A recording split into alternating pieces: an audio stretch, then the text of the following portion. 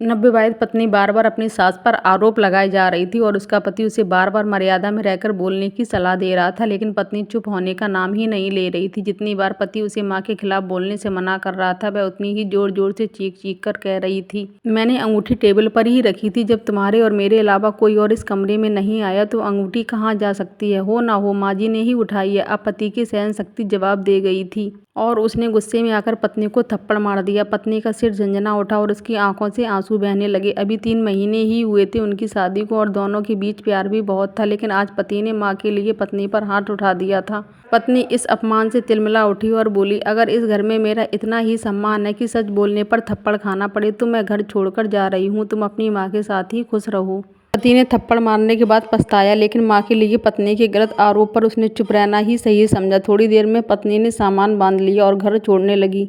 उसे सास के दिए हुए प्यार और पति के साथ बिताए अच्छे पलों की भी याद आई, लेकिन गुस्से में जाते जाते उसने पति से एक सवाल किया, तुम्हें अपनी माँ पर इतना विश्वास क्यों है? पति का जवाब सुनकर दरवाजे के पीछे खड़ी सास की आंखें नम हो गईं। उसने कहा, जब मैं छोटा था तब पिताजी का निधन हो गया था। हमारे पास खाने को भी मुश्किल से पैसे होते थे। माँ मोहल्ले में झाड़ू पोंछा करके जो कमाती उससे हमारा पेट भरता था। माँ खुद भूखी रहती, लेकिन मेरे लिए रोटियां बनाकर मुझे खिला देती। जब मैं खाना खाने बैठता तो माँ खाली डब्बे को ढककर कहती कि उसकी रोटियां इस डब्बे में रखी हैं और मैं खा लूँ, वो बाद में खा लेगी। मुझे पता था कि घर में मेरे अलावा कोई और खाना नहीं है, इसलिए मैं आधा खाना छोड़ देता था ताकि माँ खा सके।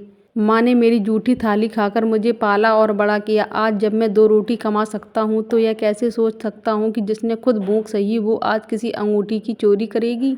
पति की आवाज़ भारी हो गई और आंखों से आंसू बहने लगी। पत्नी अपना अपमान और थप्पड़ भूलकर पति को शांत करने लगी। वही दरवाजे के पीछे खड़ी माँ यह समझने की कोशिश कर रही थी कि उसका बेटा उसकी आधी रोटी का कर्ज चुका रहा है या वो बेटे की आधी रोटी का कर्ज। माँ की ममता, त्याग, प्यार से कोई बढ़कर नहीं है।